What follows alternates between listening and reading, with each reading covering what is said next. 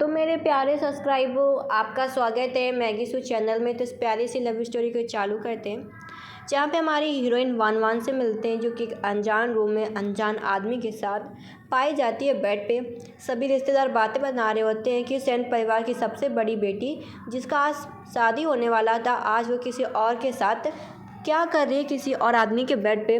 वो समझ नहीं पाती कि वो कहाँ पे है, कौन है और ये सब हो क्या रहा है। वो समझाती है, मॉम डैड मुझे खुद नहीं पता कि मैं यहाँ कहाँ पे पहुँची, मैं तो हॉल में थी, बस जूस वगैरह पी रही थी, मुझे नहीं है। उसका जो फियांसी होता है उसको बोल देता है कि मैं तुमसे शादी तोड़ता, तुम जैसी वाइफ मेरे को नहीं चाहिए, दूर हट जाओ।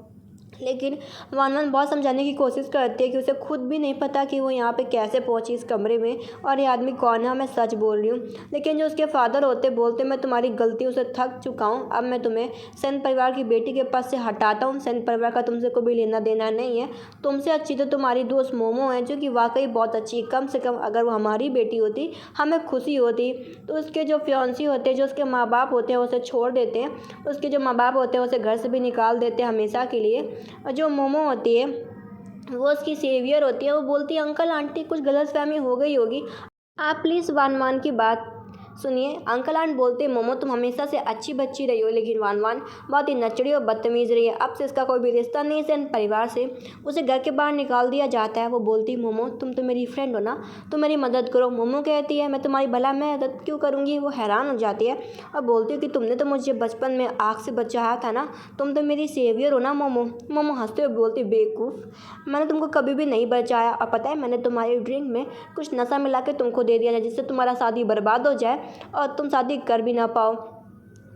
ये देख के वो बोलती कि तुम ऐसा क्यों कर रही हो मेरे साथ। वो बताती है कि तुम जिस दिन आग में फंस गई थी, मैं उस दिन तुम्हें बचाने के लिए नहीं आई थी, और मैं तुमसे नफरत करती हूँ इस वजह से क्योंकि तुम्हारे पास पैसा है, तुम्हारे पास अच्छे माँ बाप, अच्छा घर, अच्छी लाइफ, अच्छे कपड़े, और यहाँ तक कि तुम्हारा जिससे शादी भी हो रहा था फू क्विंसी, वो भी बहुत अमीर था।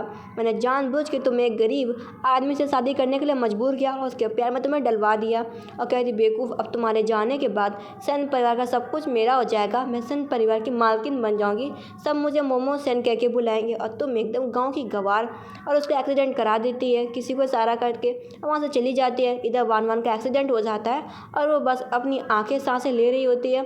उसे विश्वास नहीं होता कि जिस फ्रेंड को वो इतना अच्छा समझती थी, जिसको उसने अपनी बहन जैसा प्यार दिया, आज उसने उसके माँ बाप को भी छीन लिया, उसका घर भी छीन लिया, और उसके बॉयफ्रेंड को भी छीन लिया, सब कुछ उससे छीन लिया गया। और वो गिरी पड़ी होती, तभी वो देखती है कि कोई गाड़ी से आया है, जो कि उसकी तरफ कदम बढ़ा रहा है, उसे उठा रहा है और बोलता है, तुम ठीक हो ना वान वान। वान वान बोलती, तुम कौन हो। वो बोलता है, मैं तुम्हारा बचपन का दोस्त फू क्विंसी। वो हैरान होती कि तुम यहाँ पे क्यों क्या कर रहे हो। वो बोलता है, अगर मुझे पता होता कि तुम्हारा होने वाला फियांसी, तुम्हारी दोस्त ऐसा तुम्हारे साथ करने वाले हैं, तो मैं तुम्हें कभी भी जाने ना देता। प्लीज़ तुम उठ जाओ, मैं तुम्हें बचा लूँगा, मुझे पता है तुम्हें फंसाया गया है। लेकिन वो अपनी जान गंवा देती है और आंखें उसकी बंद हो जाती है। फू क्विंसी बहुत रोता है कि मैं तुम्हें बहुत लाइक करता था, मैं तुम्हें खोने जा रहा हूँ। उसके मरते ही वो देखती है कि वह स्कूल में आ गई। वो हैरान होती है और देखती है कि जो उसकी मोमो फ्रेंड है, स्कूल टाइम का सीन है, उसे समझ में आ जाता है कि उसे दोबारा ज़िंदगी मिली जीने के लिए। और उसकी फ्रेंड मोमो बोल रही होती है कि तुम्हें जाके झाओ को प्रपोज़ करना चाहिए। वो याद करती है कि पिछली लाइफ में वो झाओ को प्रपोज़ करने के लिए गई होती है, तो झाओ ने उसे एक रिजेक्ट कर दिया होता है कि तुम तो एक नैनी की बेटी हो, नौकरानी की बेटी हो, तुम्हारी क्या औकात मुझे प्रपोज़ करने की। मैं तो पढ़ने में बहुत अच्छा हूँ, बास्केटबॉल में अच्छा हूँ, मैं सिर्फ पसंद करता हूँ सेन परिवार की बेटी को जिसका नाम मोमो है।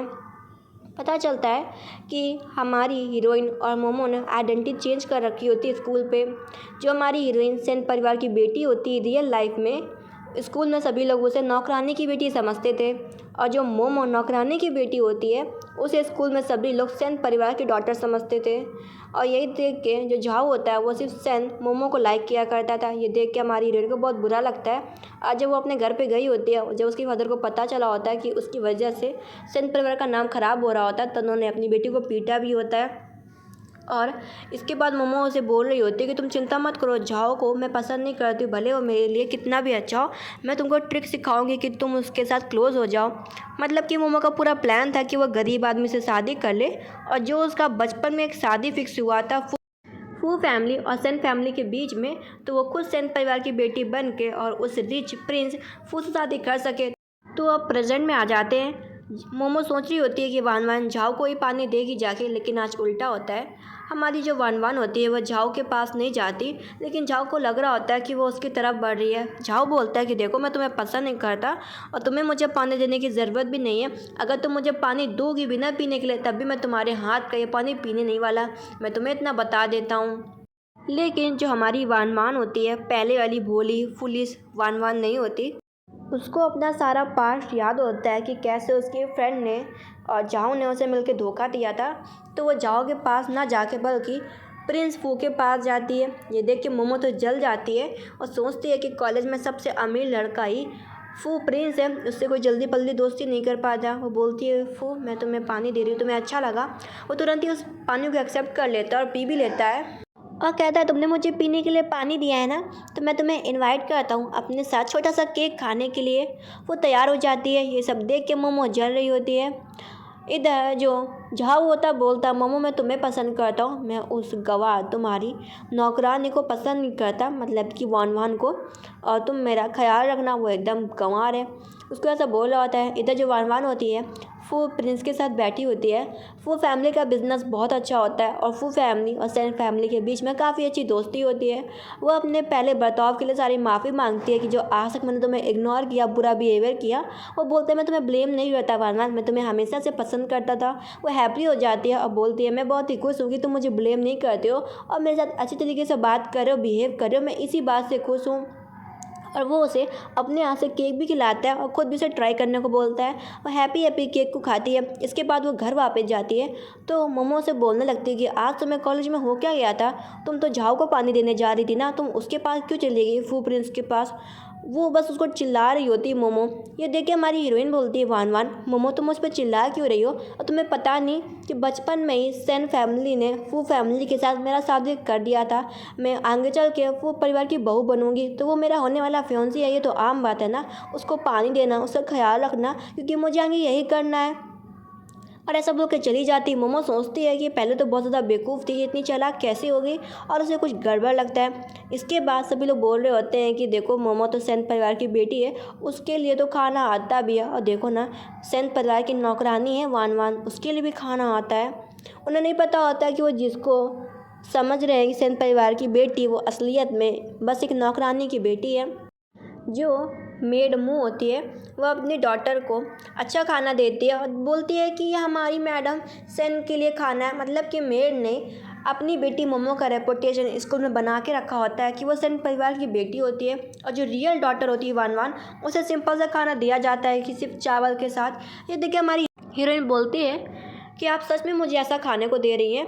हमारी हीरोइन मना कर देती है ऐसा खाना खाने के लिए मेड से, तो मोमो से खाना देने लगती है, लेकिन झाओ रोकता है कि वो तो सिर्फ नौकरानी की बेटी है, तुम तो सेन परिवार की बेटी हो, तुम्हें उसे खाना देने की ज़रूरत क्या है। ये देखने के बाद तुरंत ही अपनी मॉम को मैसेज कर देती है कि मॉम मेड मेरा ख्याल नहीं रख रही है और ना वो मुझे अच्छा खाना देख रही है। सभी फ्रेंड्स बोल रही होती है नौकरानी की बेटी होने के बाद भी इतनी तेवर दिखा रही है वान वान, लेकिन कुछ देर बाद मेड तुरंत ही खाना बदल देती है और वान वान की प्लेट में अच्छा खाना जाता है और वान वान को मिस करके बुलाने लगती है। ये देखिए हमारी हीरोइन बड़े एटीट्यूड से आराम से बैठ जाती है, जैसा कि उसका रियल लाइफ में एक्चुअल वो थी मिस सेन। ये देख के जो मोमो होती है हैरान हो जाती है कि जो उसकी मॉम है वो सभी उसकी फ्रेंड्स के सामने वान वान को मिस करके क्यों बुला रही है, उसकी आइडेंटिटी रिवील नहीं हो जाएगी। इसके बाद हमारी हीरोइन बोलती है कि देखो मैं तुम्हें बोल दूँ कि अब से तुम्हारे लिए खाना वगैरह नहीं आएगा और ना तो मुझे परेशान करो। सभी मोमो की फ्रेंड्स उससे बोलते हैं कि वावान तो तुम्हारी नौकरानी की बेटी है, वो इतनी घमंडी क्यों है। यही बात झाओ भी बोलता है। तो जहाँ पे मोमो एक नया झूठ बोलती है कि भले वो नौकरानी की बेटी थी, लेकिन बचपन में मैं आग में फंस गई थी, उसने मुझे बचाया था एज अ सेवियर। तो सभी लोग उसे भी सेन परिवार के लोग अपनी बेटी के तरीके ही मानते हैं। तभी वान वान वापस आती है और झाओ का भी खाना छीन ले जाती है, बोलती है तुम गधे हो जाओ। इसके बाद 2 प्लेट खाना लेके जाती है, 1 प्लेट लेके जाती है फू क्विंसी के लिए और 1 प्लेट खुद के लिए, और बोलती है आ जाओ साथ में खाना खाते हैं। फू क्विंसी देख के बहुत ज़्यादा हैप्पी होता है और बोलती है कि अगर तुम फ्री हो तो हम लोग ऐसे हर रोज़ साथ में खाना खाया करेंगे। वो बोलता है हाँ मैं फ्री रहूँगा, और दोनों बहुत ज़्यादा हैप्पी होते हैं। हँस हँस के बात कर रहे होते हैं। वो क्विंसी बहुत ही सीधा लड़का होता है और बहुत ज़्यादा वो लाइक किया करता था वान वान को। अब वान वान घर पे होती है और मेड से बोल रही होती है कि अब से तुम मोमो के लिए खाना स्कूल में लेके नहीं जाओगी, वो जैसा स्कूल में खाना मिलता है वो ऐसा ही खाएगी। और दूसरी मेड को बोलती है कि अब से तुम मेरे लिए स्कूल में खाना लेके आओगी, और उस मेड को बोल देती है मेड मुँह, अब तुम मेरे लिए खाना मत लेके आना। मेड झांग मेरे लिए खाना लेके आएंगी। सोचती है कि पिछली लाइफ में मेड मू ने प्लानिंग करके मेड झांग को घर से बाहर निकलवा दिया था, लेकिन जो मेड झांग थी असलियत में वही बहुत अच्छी थी। इधर जो मेड मू होती है अपनी डॉटर मोमो से बोल रही होती है, ये सब हो क्या रहा है, क्या तुमने लड़ाई कर ली वान वान से? तुम इतनी अच्छी लाइफ जी रही थी, सब लोग तुम्हें सेन परिवार की बेटी मान रहे थे, हम लोग प्लान के हिसाब से चल रहे थे ना कि सब लोग तुम्हें मिसेस सेन मांगने लगे और तुमको सेन परिवार मिल जाए। अब ये सब क्या हो रहा है? अब यही बात मोमो बोल देती है जाके वान वान के डैड से। डैड बोलते हैं खाने की बात है, इतनी छोटी मोटी बात के लिए तुम लोग क्यों लड़ाई कर रही हो? और वान वान को बोलते हैं वान वान ये तुम्हारी सेवियर रह चुकी है मोमो, तुम्हें उसके साथ ऐसा नहीं करना चाहिए। और बोलते डैड मैं समझ गया, कहते हैं मैं मोमो के लिए खाना नहीं रोकूंगी, वो भी मेरे साथ अच्छा खाना खाएगी। अब ये देख के डैड भी हंसते बोलते हैं कि हमारी प्यारी बेटी वान वान अब नक्चड़ी नहीं बल्कि समझदार होने लगी, बहुत ही अच्छी बात है। और वान वान भी हैप्पी हो जाती है। मोमो वो हैरान हो रही होती कि वान वान तो बहुत ही नचड़ी थी, वो छोटी छोटी बातों पे गुस्सा जाया करती थी, आज वो इतनी आसानी से बात कैसे मान गई? क्योंकि अमीर परिवार की लड़कियां थोड़ी सी नचड़ी होती हैं। इधर वो देखती है कि उसको पिकअप करने के लिए आया फूल कुंसी। वो बोलती है कि तुम क्यों आए हो? वो बोलता है कि मेरी माँ ने कहा था कि मैं तुम्हें खुद पिकअप करने के लिए आऊँ, वैसे भी तुम आगे चल के बहू बनोगी वो परिवार की। वो कहती है थैंक यू, मुझे उम्मीद थी। इसके बाद वो बोलता है आओ कार में बैठते हैं, और उसे कार में बैठा के लग्जरी सी कार में खुद लेके जाता है। ये सब देख के मोमो जल रही होती है कि एक दिन बस इंतज़ार करना, तुम्हारा या फियांसी वो मेरा होगा और मैं तुम्हें उस गरीब झाव के साथ बांध दूंगी, प्यारी वान वान। और फिर बटलर से बोल रही होती है कि मुझे स्कूल छोड़ दो चल के। बटलर बोलता है क्या तुम्हारा दिमाग ख़राब हो गया? तुम एक नौकरानी की बेटी हो, ज़्यादा लालच मत करो, अपनी पहचान मानो। जो हमारी मैडम है वो मिस सेन वान वान है जो कि चली गई है, तुम खुद चली जाओ। लेकिन वो क्या करती है, चुपके से गराज से गाड़ी निकाल लेती है, एकदम महंगी गाड़ी में एंट्री मारती है चश्मे के साथ में। उसकी फ्रेंड्स लोगों को लग रहा होता है अरे सच में ये तो सेन परिवार की डॉटर है, इतनी महंगी गाड़ी लेके आई है। जाओ तो इम्प्रेस हो जाता, बोलता उम्मीद नहीं थी यार तुम्हारा परिवार इतना अमीर होगा। दूर से हमारी हीरोइन में नज़ारा देख रही होती है तो जो ये स्पोर्ट कार होती है वो फ़ोन से कनेक्ट होती है, तो फ़ोन से दरवाज़ा लॉक कर देती है वान वान। झाओ बोल रहा होता है मोमो तुम गाड़ी से बाहर क्यों नहीं निकल रही हो, जल्दी बाहर आ जाओ ना। इधर हमारी हीरोइन भी आ जाती है और कहती क्या हो गया मोमो, तुम्हारे पास इतनी महंगी गाड़ी है, खुल क्यों नहीं रही? कि ऐसा तो नहीं है कि गाड़ी ख़राब तो नहीं होगी? और मोमो का वो मजाक बना देती है क्योंकि वान वान की असलियत में गाड़ी उसकी ही होती है। फिर इसके बाद वो बोलती है शाओशी जल्दी से दरवाज़ा खोल दो, तो दरवाज़ा खुल जाता है। सभी लोग हैरान होते हैं कि गाड़ी तो मोमो का है लेकिन वान वान की आवाज़ से दरवाज़ा कैसे खुल रहा है। और बहुत ही लोग कन्फ्यूज़ हो जाते हैं, लेकिन जो वान वान होती है वो कुछ नहीं बोलती, वहाँ से चली जाती है। और मोमो एक और झूठ बोल देती है वान वान के जाते ही कि वान वान ने मेरी गाड़ी में छेड़छाड़ कर दी होगी। वो क्विंसी बोलता है कि सभी स्कूल वाले तुम्हें सोचते हैं कि तुम एक नौकरानी की बेटी हो, लेकिन तुम्हारी असलियत ये है कि तुम सेन परिवार की इकलौती बेटी हो जो कि सेन परिवार को आगे चलाओगी। तुम अपनी आइडेंटिटी क्यों नहीं लाती हो? वो कहती मैं बहुत जल्द इस चीज़ को रिवील करूँगी, लेकिन मुझे मोमो का अभी असला चेहरा दिखाना होगा कि उसका असली चेहरा क्या है। इधर टीचर बता रहे होते हैं कि उनके स्कूल में एक डांस पार्टी होने वाली, फंक्शन पार्टी, सभी लोग अपने गार्जियन को लेकर ज़रूर आना। और मोमो को बोलते कि तुम्हारे फादर तो इस स्कूल के शेयर होल्डर भी हैं, साथ में इन्वेस्ट भी करते हैं इस स्कूल में, तो अपने फादर को ज़रूर लाना। हमारी हीरोइन पास्ट लाइफ का याद करती है कि जब वो इस पार्टी में गई थी तो उसकी ड्रेस खुल गई होती है, और ये सब देख के जो उसके डैड होते हैं थप्पड़ मार दिए होते हैं, वो बहुत गुस्सा होते हैं कि उनकी बेटी ने सेन परिवार का नाम ख़राब कर दिया वान वान ने। और ये सब देख के जो मोमो होती है बहुत खुश हो रही होती है और मोमो की सभी लोग तारीफ़ कर रहे होते हैं। और उसकी जो आइडेंटिटी होती है सिर्फ यही होती है कि वो नौकरानी की बेटी है। अब वो सब पास्ट का याद करती है और सोचती है कि वो अपनी पहचान सबको बताएगी कि वो कौन है और वो किसी नौकरानी की बेटी नहीं है। इधर वो घर जाती है तो देखती है कि मोमो पहले से ही उसके मॉम डैड से बोल रही है कि अंकल आंट हमारे स्कूल में एनिवर्सरी पार्टी है, आप मेरे माँ बाप बन के आ सकते हैं क्या? लेकिन वो मना कर देती हैं वान वान की मॉम। मोमो बोलती है मेरी माँ तो बोल भी नहीं सकती, स्पीच वगैरह दे भी नहीं सकती, आंटी अंकल आप आ जाइए ना, मैं तो आपको सच में अपने माँ बाप ही मानती हूँ।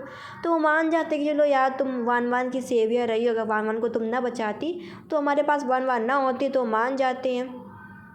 इधर मोमो सोच रही होती है कि रुको बस मैं तुम्हें बर्बाद करने का नया प्लान बना ही लूँगी वान वान।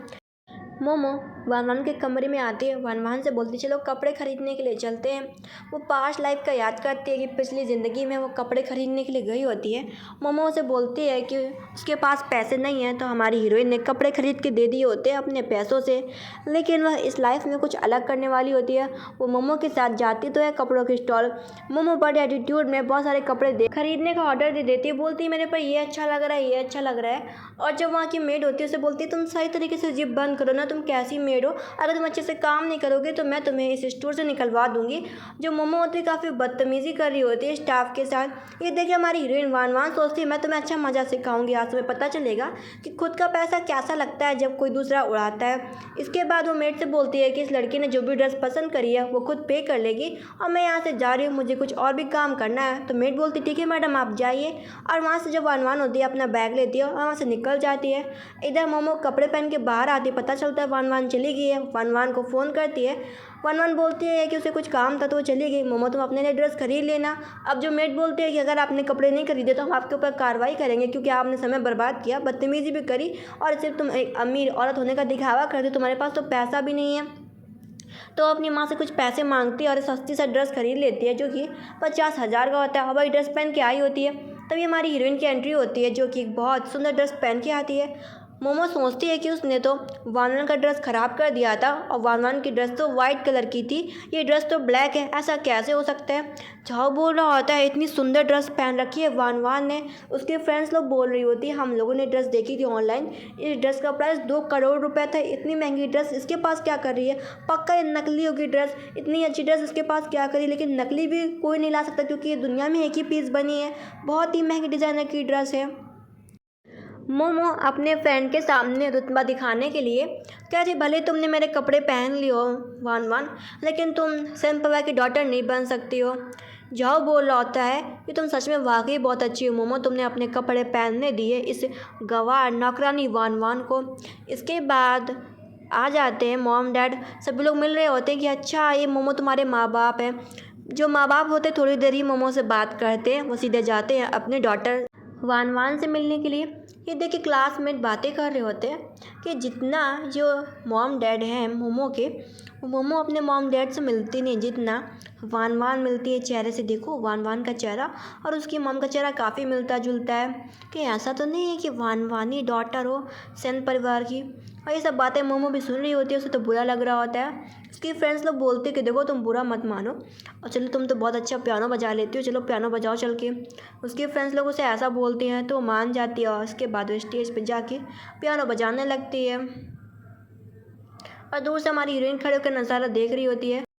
जो मोमो की फ्रेंड्स होती हैं वान का मजाक उड़ा रही होती है कि नौकरानी को बेटी को क्या ही आ सकता है, लेकिन हमारी हीरोइन बोलती है कि वो भी बजा सकती है। तो मोमो से बोलती है सभी के सामने कि तुम्हें वान अपने आप को शर्मिंदा नहीं करना चाहिए, तुम बजा नहीं सकती हो।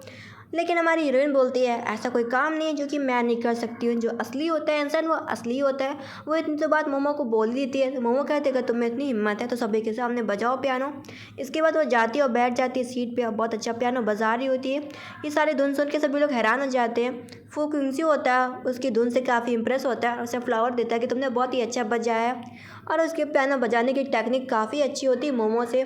जाओ भी तो क्या हैरान हो जाता है कि मोमो से भी अच्छा पियानो बजा लेती है हमारी हीरोइन वान। इसके बाद वान जा रही होती है। अभी तक मोमो का दिमाग खड़क गया होता है कि ये अजीब बिहेवियर क्यों कर रही है, मुझे इसका रास्ता काटना होगा। इधर हमारी हीरोइन सोच रही होती है कि पिछली लाइफ में उसे बचाने वाला कौन था, किसने उसको आग से बचाया था जब वो आग में जल के फंस गई थी और हर जगह आग थी, वो कौन था। वो इतना तो जान चुकी होती है कि उसे बचाने वाली मोमो तो नहीं थी, सेवियर कोई और था। और सोचती है वो इंसान कहाँ होगा। इसके बाद हम अगले दिन हम स्कूल का सीन देखते हैं जहाँ पे मोमो फिर से एक और नई प्लानिंग के साथ आती है और हमारी हीरोइन को कहती है कि टीचर ने कहा है कि हमें कुछ इंस्ट्रूमेंट लाने होंगे तो तुम मेरे साथ चलो क्योंकि मुझे अकेले डर लगता है। इधर वो जाती तो है लेकिन जो मोमो होती है उसे धक्का दे के दरवाज़ा बंद कर देती है और बाहर पेट्रोल भी डाल दिया होता है और आग लगा दी होती है कि जिससे वान जल के मर जाए और कुछ समय बाद वो बन जाए मोमो खुद सेन परिवार की बेटी। इधर वो हर जगह आग से डर रही होती है और उसे डर लग रहा होता है क्योंकि उसे अपने बचपन की याद आ रही होती है। वो बोल रही होती है प्लीज़ मुझे कोई बचा लो। इधर जो फू किंगसी होता है मेरे से बोलता है कि आज जो वान है मेरे साथ घर नहीं आई, क्या वो घर आ गई है। मेड से पता चलता है कि वो घर नहीं है, उसका तो दिल धड़कने लगता है बहुत ज़ोर ज़ोर से, वो परेशान हो जाता है। मोमो आती है कि चलो मैं तुम्हारे साथ घूमना चाहती हूँ, कुछ बात करना चाहती हूँ, लेकिन वो मोमो को इग्नोर मारता है और सीधे जाता है वान वान को ढूंढने के लिए। मोमो सोचती है कि तुम भले से ढूंढने जाओगे, लेकिन अब तक तो जल के मर चुकी होगी। इधर जो हमारा हीरो होता है वो क्यों सी गाड़ी निकालता है, हाई स्पीड में पहुंचाता है गाड़ी स्कूल के पास, और इधर जो आग लगी पड़ी होती है, आग काफ़ी लग जाती है, उसी के नीचे गिर भी पड़ती है वान वान धुएं से। तभी देखती है उसे बचाने के लिए कोई आ गया, और वो कोई और नहीं फू क्विंसी है।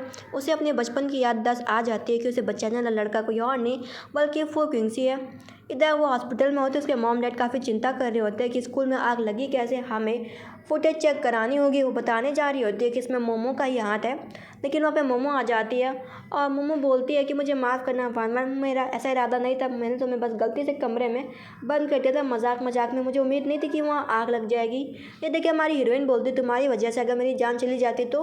अब बोलती है अगर तुम अपनी गलती मानती हो तो तुम घुटने टेको, और उसे ऐसा पनिशमेंट दे देती है कि मोमो तुम्हारी वजह से मेरी जान खतरे में थी, तुम्हें अपने घुटने टेकने होंगे। तो ये देखिए मोमो को करना पड़ता है, क्योंकि वो उस घर में नौकरानी की डॉटर थी मोमो, और जो सेन वान वान थी वो सेन परिवार की बेटी थी।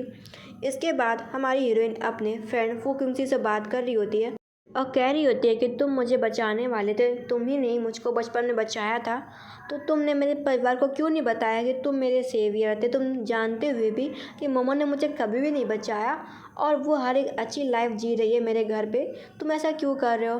वो उसे बोलता है कि मैं बस चाहता हूँ कि तुम हैप्पी रहो। इसके बाद वो अपने हेल्पर को बोलता है मोमो के बारे में पता करे।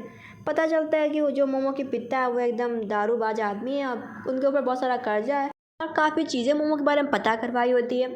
इधर हम मोमो की मॉम मतलब मेड मुँह को देखते हैं, जो कि वान वान की मॉम के कमरे में जाती है और गहने चुरा के कहीं ले जाती है।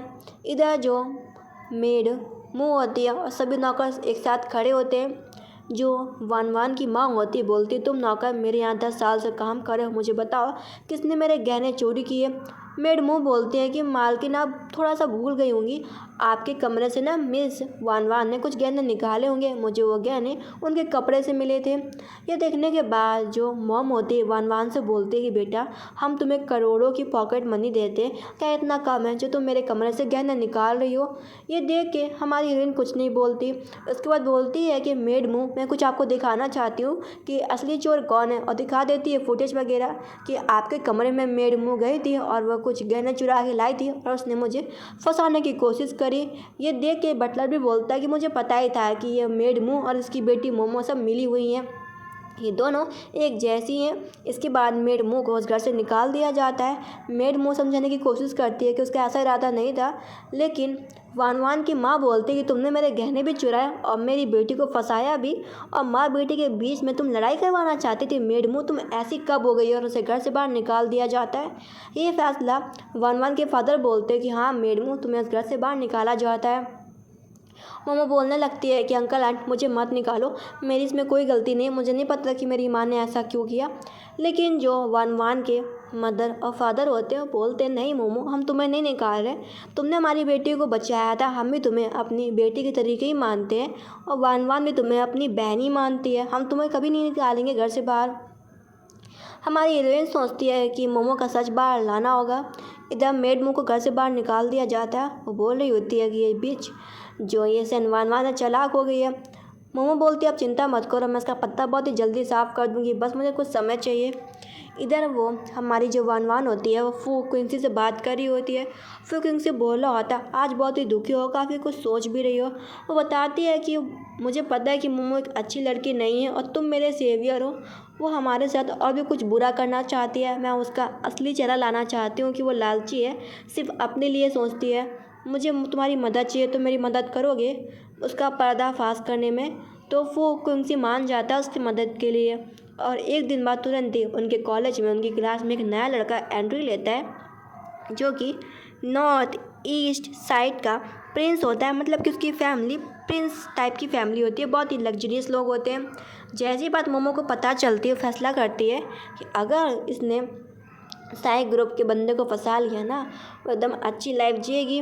उसकी फ्रेंड बोल रही होती है मिसिस सेन और साई ग्रुप दोनों अगल बगल बैठे, पक्का आगे चल के बहुत अच्छा कॉम्बिनेशन बनेगा। और सभी को बोलती है कि वो इस हफ्ते सभी लोगों को अपने विला ले जाएगी। हमारी हीरोइन मुड़ के देखती है कि इस नौकरानी के पास विला भी है, मतलब मन के अंदर सोचती है। इधर जो वान होती है उसने अलग ही प्लान बना लिया होता है। उसकी फ्रेंड लोग बोलती हैं कि हमें भी उम्मीद है कि हम तुम्हारे साथ विला घूमने के लिए जाएंगे। उसकी फ्रेंड लोग मोमो की काफ़ी तारीफ़ कर रही होती हैं। इसके बाद हम सीन देखते हैं इधर हमारी हीरोइन का, जो कि फुकिंगसी के साथ आई होती है घर। फुकिंगसी बोलता है आज बहुत ही हैप्पी लग रही हो, आज कहीं घूमने जाने वाली हो। वो बताती है कि कुछ 2-3 साल पहले उसके फादर ने मेरे बर्थडे पे मुझे एक विला दिया था, मैं उसी विला में घूमने के लिए जा रही हूँ। काफ़ी समय से मैं घूमने नहीं गई हूँ। वो कहता है अच्छा ठीक है एंजॉय करो फिर। इधर वो बटलर को फ़ोन कर देती है कि वो अपने इस विला में घूमने के लिए जाना चाहती है। बटलर बोलता है चिंता मत करो मैडम, सारी चीज़ें वहाँ पर पहुँच जाएंगी। फिर वो फुकिंगसी से बोलती है कि मैंने बटलर से बात कर ली है और अच्छा अब मैं जा रही हूँ। इधर हम सीन देखते हैं जहाँ पे मोमो अपनी मॉम से बात करती है कि मुझे बहुत ही अच्छा एक रईस लड़का मिला है, मुझे उसे फंसाने के लिए आपकी मदद चाहिए। उसी अमीर लड़के को बोलती है कि ये मेरा प्राइवेट विला है। उसके फ्रेंड्स लोग हैरान हो जाते हैं कि सच में यार सैन मोमो तो बहुत ही अमीर है। फिर उसी रईस लड़के को पानी देती है, सब देख के जाओ भी जल रहा होता है। और इसके बाद पासवर्ड डालती है उस घर का, लेकिन पासवर्ड खुल नहीं रहा होता मोमो से। हमारी हीरोइन सोचती है कि ये घर तो मेरा है, खुलेगा भी कैसे। और वान बोलती क्या हो गया मैडम मोमो, आपको पासवर्ड नहीं पता आपके घर का। ये देख के मोमो बोलती तुम्हें मुझे सिखाने की ज़रूरत नहीं है वान, ये मेरा घर है। अब काफ़ी देर हो जाती है, घर का पासवर्ड खुल नहीं रहा होता, सभी दोस्त लोग बातें कर रहे होते हुआ क्या, ये तो मोमो का घर है ना, उसे अपने घर का पासवर्ड क्यों नहीं पता। तभी सामने से गेट खुलता है और पता चलता है कि मोमो की जो माँ होती है वो मेड वो अपनी बेटी को ही मिस करके बुला रही होती है। हमारी हीरोइन सोचती है कि इस नौकरानी को तो हमारे घर से निकाल दिया गया था और ये मेरे इस विला में कैसे पहुंची। वो तुरंत ही बटलर झांग को बुलाती है। बटलर झांग आता है, सभी लोगों को बोलते हैं यहाँ से चले जाओ क्योंकि ये प्राइवेट विला है। मोमो को जाना पड़ता है। मेड बोलती कौन है जो कि मिस को परेशान कर रहा है मिस मोमो को, और देख के हैरान हो जाती है कि यहाँ पे बटलर झांग आ गया। बटलर झांग बोलता है कि तुम्हें तो निकाल दिया गया था ना मेड मुँह, तुम्हें इस विला में क्या कर रही हो। उन सभी को बाहर निकाल दिया जाता है। बटलर झांग बोलता है कि हमारी माफ़ी है कि हमने अनजान लोगों को घर के अंदर घुसने दिया। इधर उसकी फ्रेंड्स बोल रही होती है कि हुआ क्या अचानक, लेकिन वो अपनी फ्रेंड को इग्नोर मारती है।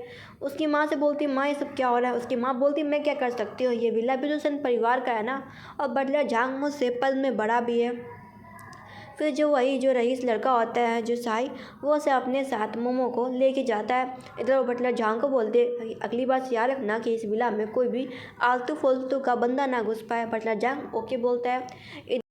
इसके बाद हम मोमो का सीन देखते हैं जो कि अमीर लड़का होता है, वो उसे अपने साथ डिनर पे लेके जाता है और उसे एक बहुत बढ़िया महंगी ब्रांड का बैग भी देता है और बोलता है कि तुम मेरी मदद करोगी ना, मैं भी तुम्हारी मदद करूँगा।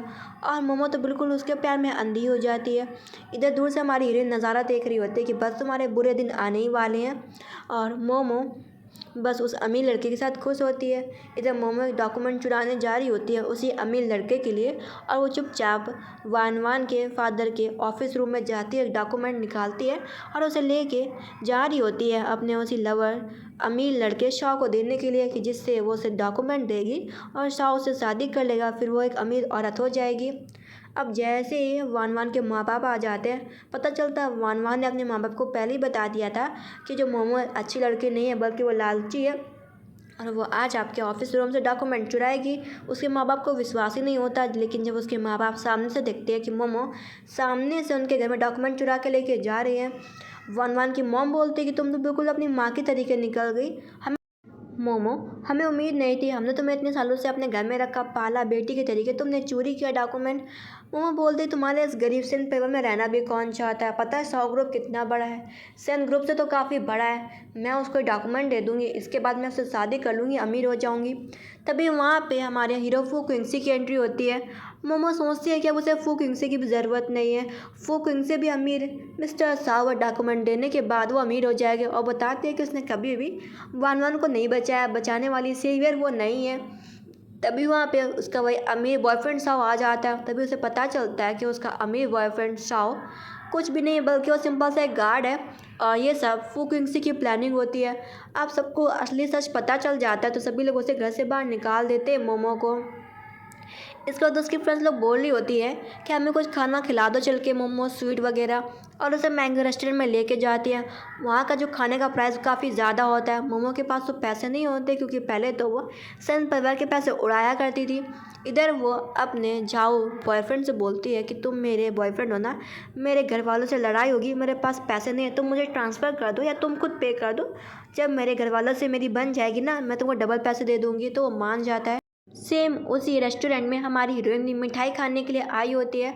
हमारी हीरोइन बोलती है हाँ मिस मोमो काफ़ी अच्छी हैं और वो काफ़ी उदार करता भी हैं। तभी वहाँ पे आ जाती हैं वन वन की मॉम। सभी लोग बोलने लगते कि अरे डॉटर तो आपकी ये है, आप वन वन नौकरानी के पास क्यों जा रही हैं। जहाँ पे सभी लोगों को पता चलता है कि उनकी डॉटर वन वन है, जो कि सेन परिवार की एल्डेस्ट बेटी, अकेली बेटी है। सेन ग्रुप की मालकिन और जो मोमो है वो तो उनकी नौकरानी की बेटी है, और उस नौकरानी को भी निकाल दिया गया, मोमो को भी। अब सभी को ये सच पता चल जाता है। तो जो लड़का जाओ होता है बोलता है मेरे पैसे वापस करो मोमो। मोमो इस चीज़ से तंग आ जाती है, उसका सारा खेल बर्बाद हो जाता है। वो हमारी हीरोइन को किडनैप कर लेती है कि सब तुम्हारी वजह से हुआ, तुम्हें उस आग में ही मर जाना चाहिए था, अगर तुम ज़िंदा ना होती तो मैं सब कुछ पा लेती। और हमारी हीरोइन को पता चलता है कि जैसे उसका रीबर्थ हुआ था सेम उसी दिन मोमो का भी रीबर्थ हुआ था। वो बोलती है अगर तुम्हारा रीबर्थ हुआ था तो तुमने अच्छी चीज़ों को क्यों नहीं चुना। वो कहती क्योंकि मैं तुमसे नफरत करती हूँ, उसे मारने जा रही होती। लेकिन वहाँ पे दूर से फुकिंगसी आता है जो कि मोमो को गिरा देता है, और पुलिस वाले मोमो को पकड़ के लेके जाते हैं। और इसके बाद मोमो बोलती है कि मैं तुम्हें मारना चाहती हूँ।